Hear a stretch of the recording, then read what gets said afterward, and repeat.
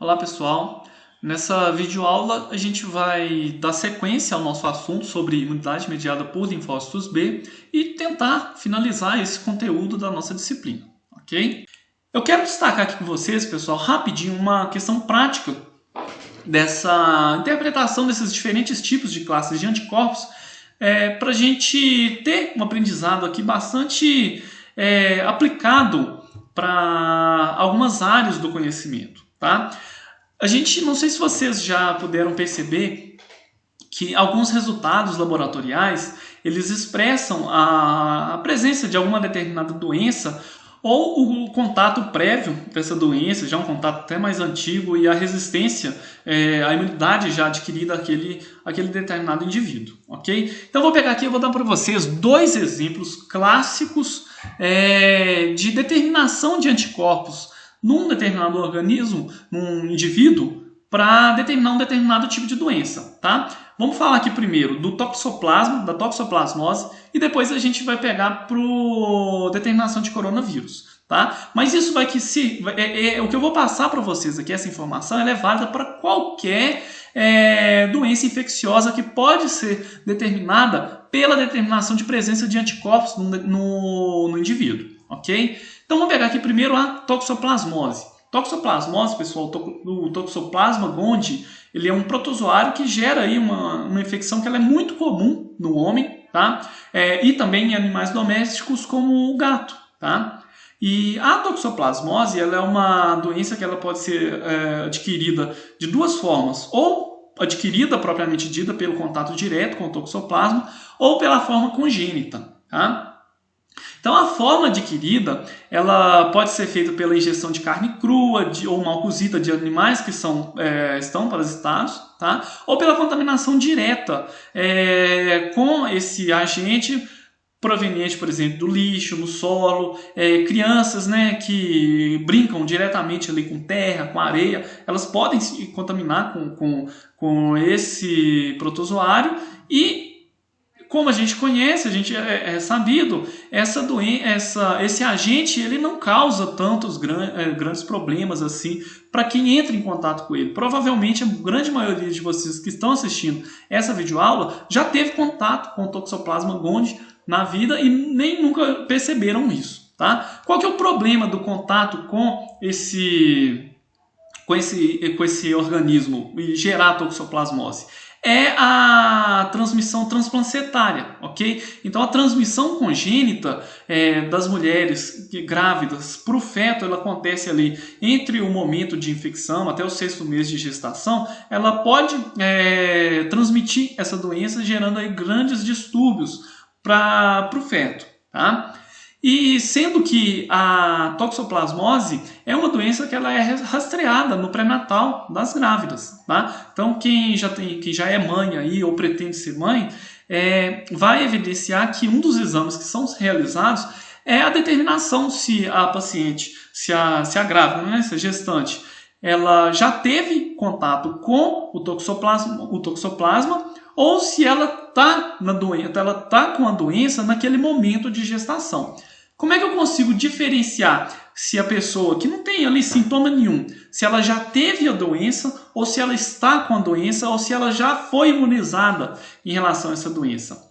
Pela determinação de duas classes de anticorpos, tá? Normalmente, IgG e IgM. Aqui eu peguei um pedaço, um recorte de um laudo de um paciente. Aqui vocês podem ficar despreocupados que não tem nome de ninguém, não tem nome de laboratório, é só para a gente interpretar um resultado de um exame que foi feito para determinar a presença de toxoplasmose num determinado indivíduo. Tá? Então esse exame ele pode ser feito por diferentes métodos. A gente pode determinar diretamente a presença desses anticorpos no sangue, na amostra do paciente, por alguns métodos que determinam a presença direta, ou até mesmo os testes rápidos, como esses que a gente vê aí no dia a dia, por exemplo, para determinação do Covid, tá?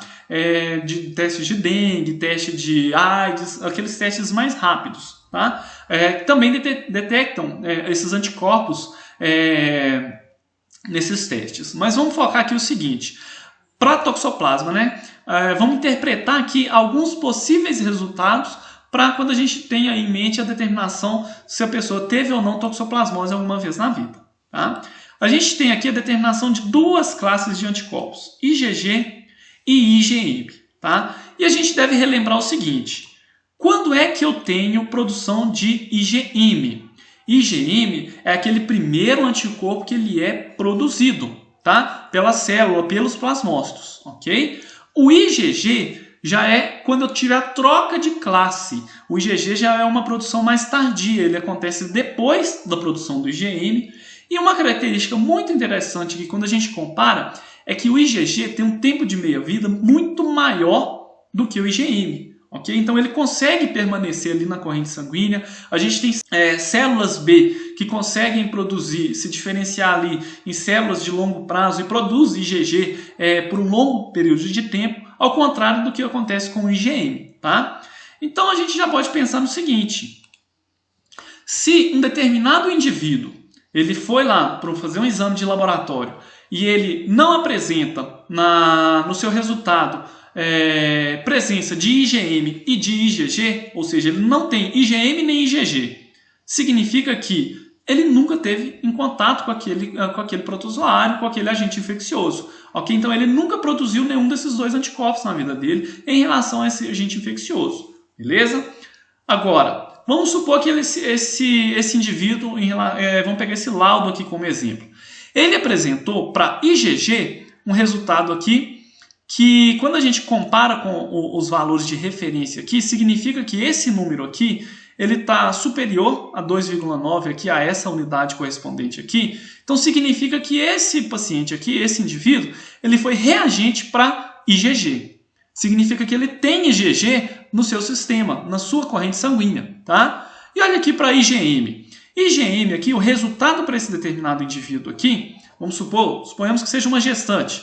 Tá? Ele deu aqui que, olha, um valor muito abaixo do que a gente esperava para reagente, ou seja, significa que, olha, que abaixo de 0,5 significa que é não reagente, tá? Ou seja, são quantidades muito pequenas, poderia ter, não é o que a gente indica como presença de IgM para toxoplasma, tá? Então, o que significa quando o resultado mostra que IgM é reativo, ou seja, positivo, IgG, positivo, e IgM não reagente, ou seja, negativo.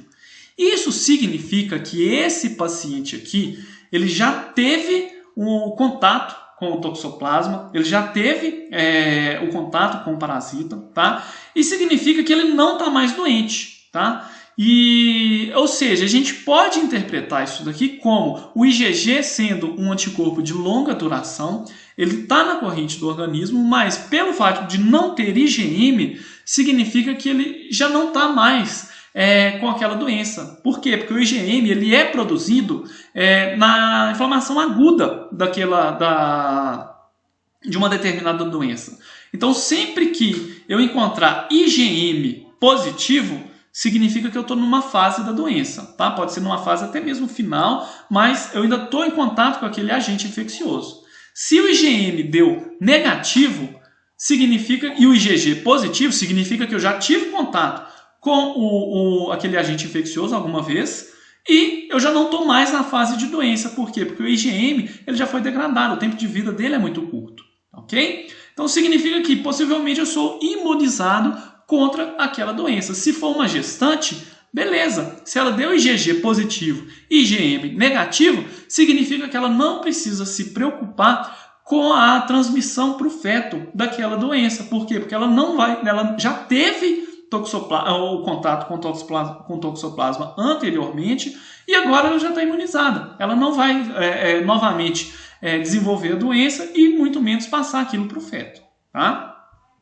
Mais uma vez, se eu tenho aqui em contato o resultado IgG negativo e IgM negativo, significa que aquela paciente, aquela gestante, suponhamos que é uma gestante, ela nunca teve contato com toxoplasma. Então ela tem que tomar cuidados aqui redobrados para que ela não possa se infectar, adquirir essa doença durante a gestação. Tá? Por quê? Porque durante a gestação tem a transmissão para o feto e essa transmissão para o feto causa prejuízos muito grandes. Tá? Por fim, se eu achar que um resultado de IgG positivo e IgM positivo, isso indica que o paciente, se for uma gestante, por exemplo, ela apresenta essa infecção recente e o organismo ele já está atuando nas defesas contra esse novo antígeno. Beleza? Então, significa que é como se fosse aquela fase final da nossa resposta imunológica. Significa que eu já tive a troca de classe, mas eu ainda tenho IgM. Por quê? Porque foi alguma coisa recente. Ok? Ah, pessoal, eu posso fazer esse paralelo aqui para qualquer outra doença infecciosa, tá? Então vamos supor, hoje a gente está vivendo aí um momento de pandemia em relação ao novo coronavírus e vários testes têm sido realizados por esses testes rápidos que detectam a presença de IgG e IgM para esse vírus, ok? Então, como é que a gente interpreta esse resultado? Do mesmo jeito que a gente acabou de interpretar para a toxoplasmose. Se der IgG e IgM negativo, significa que eu nunca entrei em contato com coronavírus na vida, certo? Se deu IgM positivo, pode dar IgG positivo ou negativo, não importa. Se o IgM deu positivo, significa que eu estou com a doença. Tá? Significa que eu estou com a doença ou eu posso estar ali chegando no momento final de combate àquele agente infeccioso. Tá? Isso se já der começar a dar IgG positivo. Tá? E se der IgG positivo, IgM negativo, significa que eu já tive o contato com a doença, mas que nesse momento eu já não estou mais eu já tive o contato com o coronavírus, com o vírus ou com qualquer vírus que a gente deseja mensurar nesses testes, mas que o nosso sistema imunológico já venceu aquela infecção, já combateu e a IgM que já tinha sido produzida naquele combate, ela já foi degradada e a gente não tem ela mais na corrente sanguínea. Então o IgG positivo e IgM negativo significa que eu já tive contato, porque eu tenho IgG, mas eu já estou imunizado em relação àquela doença. Tá ok? Ficou claro, né? A gente vai finalizar nossa aula agora falando rapidinho sobre a maturação da afinidade desses anticorpos, tá? No início da resposta imunológica à produção de anticorpos de baixa imunidade, devido a um processo que a gente chama de maturação de afinidade de anticorpos, a gente consegue aumentar o poder de atuação aqui, o poder efetor desses anticorpos, por essa maturação de afinidade, essa ligação mais forte aos antígenos, ok? Isso só acontece quando a gente tem a exposição persistente a um determinado antígeno ou repetitiva, recorrente àquele determinado antígeno, ok? Devido aí pode ser uma exposição prolongada ou várias vezes daquele antígeno, tá? Como é que isso acontece? Esse aumento de afinidade, ele acontece devido a alguns pontos de mutação na região variável da cadeia do gene que vai gerar aquele anticorpo. Tá? Então acontece estímulos de processo de mutação somática nessa região variável aqui, de modo que a gente vai conseguir selecionar as células B que produzem anticorpos com mais alta afinidade. Como é que isso acontece, Ricardo? Imagina, vamos acompanhar comigo essa figurinha aqui, que olha, o processo ele se inicia com células iniciais, com células T auxiliares e antígenos proteicos, tá? Então aqui mais uma vez a gente tem que ficar claro o seguinte: essa maturação de afinidade só acontece para antígenos proteicos. Então aqui, olha, a gente teve a ativação da célula B pelo antígeno proteico e pela célula T auxiliar, ok? Então nessa situação aqui, as células B elas vão se proliferar rapidamente e seus genes de imunoglobulinas da cadeia variável vão começar a sofrer mutações somáticas variáveis, ok? Então aqui as células B com genes para essa região variável, ela vai começar a sofrer processos de mutação, tá? E essa mutação vai gerar então diferentes clones de linfócitos B. Todos eles vão ser responsáveis por reconhecer aquele antígeno proteico, tá? Só que essa mutação vai gerar ali um anticorpo que pode reconhecer mais fortemente ou mais fracamente aquele antígeno, tá? Então aqui, olha que interessante, eu tive aqui o estímulo de um linfócito B por aquele linfócito T que a gente viu anteriormente. Essa estimulação vai promover a proliferação da célula B e nesse mecanismo de proliferação, aqui nesse evento de proliferação, a gente tem mutações no gene que vai gerar aquela variabilidade do receptor, tá? Logo, a gente vai gerar diferentes populações de linfócitos B aqui, e esses linfócitos B, eles vão ser capazes de reconhecer antígenos que vão ser expressos aqui, por exemplo, por células dendríticas, tá? Então aqui, olha, acompanha comigo aqui esse reconhecimento aqui. Vamos supor que esse reconhecimento aqui, ele seja de maneira fraca, ou seja, naquela mutação ali, eu gerei um receptor que ele ficou pior do que era no início, tá? Então no início eu tinha uma célula B virgem que reconheceu um antígeno. Durante o seu processo de proliferação, eu vou ter processos também de mutação, tá? E nessas mutações eu posso gerar receptores que são mais ávidos, ou seja, ele consegue se ligar mais fortemente ou mais fracamente àquele antígeno que estimulou essa resposta, tá? Se a célula B, que reconhece o antígeno aqui, que olha, demonstrado aqui por essa célula dendrítica, o reconhecimento ele for feito de maneira fraca, essa célula ela vai morrer por apoptose, ok? Se esse reconhecimento aqui, durante esse processo de proliferação, ele for feito de maneira forte, essa célula aqui, ela vai ser selecionada para sobreviver, ok? Então aqui a gente consegue selecionar essa célula, e essa célula, ela que vai se tornar uma célula B de alta afinidade. Aquelas células B de baixa afinidade, elas vão morrer por apoptose, ok?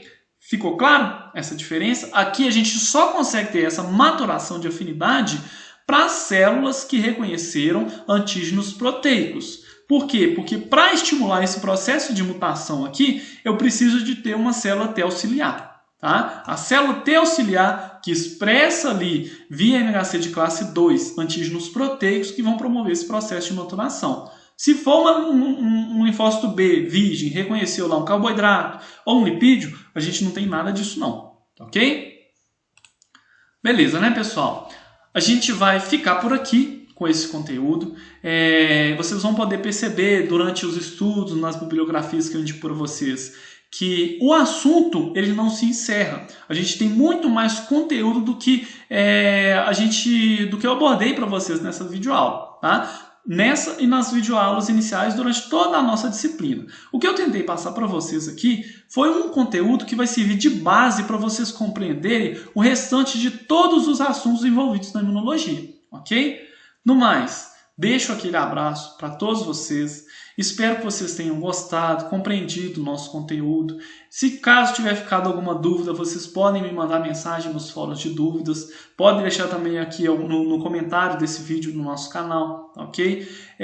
Desejo para vocês sucesso na formação de vocês, que vocês possam se tornar bons profissionais. Se precisar algum dia aí retornar a algum assunto no que esses vídeos que eu disponibilizei para vocês, fiquem à vontade. Qualquer dúvida também podem entrar em contato comigo sempre que vocês precisarem, ok? Desejo sucesso a todos vocês e um grande abraço. Fico aí à disposição, ok?